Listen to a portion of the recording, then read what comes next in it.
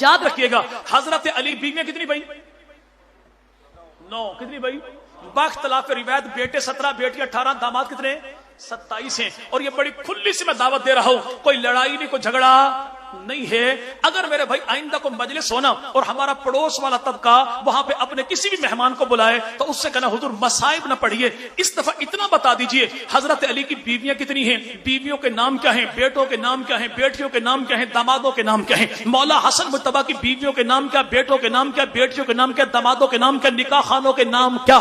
اگر وہ بتا دے تو زندہ باد ہے, اگر نہ بتائے تو پریشان نہیں ہونا. جیز تو جیز ایک فری کال مجھے کر لینا, امام باڑا بھی تیرا, ساؤنڈ بھی تیرا, مجمع بھی تیرا, ملنگ بھی تیرے, کاتب بھی تیرے, کتاب بھی تیری, تاریخ بھی تیری, مورخ تیرا, طالب بھی تیری, مولف تیرا, عقیدہ تیرا, نظریہ تیرا, سوال تیرا, جواب میرا. بلائے گا تو آؤں گا میں, پوچھے گا تو فری بتاؤں گا میں انشاءاللہ.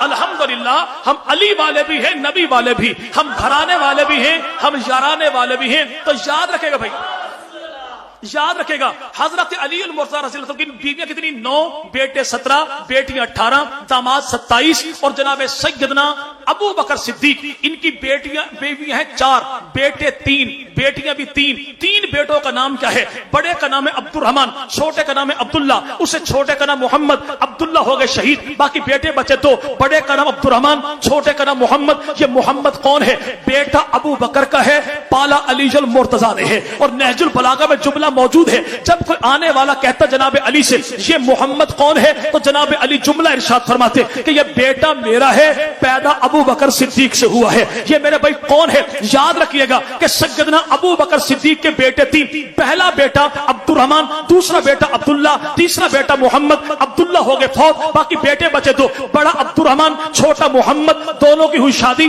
اللہ نے دی اولاد. عبد الرحمن کو بیٹی, محمد کو دیا بیٹا. بیٹے کا نام ہے قاسم, بیٹی کا نام ہے اسما. اسما پوتی ابو بکر کی, قاسم پوتا ابو بکر کا. ابو بکر صدیق کی پوتی پوتے دونوں کا آپس میں ہوا نکاح, تو اللہ نے ان کو دی بیٹی, نام رکھا ام فروا. یہ ام فروا کون ہے؟ جو ابو بکر صدیق کی پڑپوتی ہے. اور ابو بکر صدیق کی پڑپوتی کا نکاح جناب علی کے پڑپوتے مولا حسین کے پوتے زین العابدین کے بیٹے حضرت امام محمد باقر کے ساتھ ہوا. تو اللہ نے ابو بکر صدیق کی پڑپوتی کے بدن سے جناب علی کے پڑپوتے کو جو بیٹا عطا کیا, اس کا نام ہے امام جعفر صادق. امام جعفر کو دیا بیٹا تو نام رکھا موسیٰ قاسم. موسیٰ قاسم کو دیا بیٹا تو نام رکھا علی رضا. علی رضا کو دیا بیٹا تو نام رکھا امام تقی. امام تقی کو دیا بیٹا تو نام رکھا امام نقی. امام نقی کو دیا بیٹا تو نام رکھا امام حسن عسکری. حسن عسکری کو دیا بیٹا تو بقول ہمارے پڑوسی کے پیدا ہوا 12واں امام. پوچھو 12واں امام کون ہے؟ کہتا نام محمد ہے, لقب اس کا مہدی ہے. پوچھو کنیت کیا ہے؟ کہ تیری اپنی کتاب النجم الثاقب میں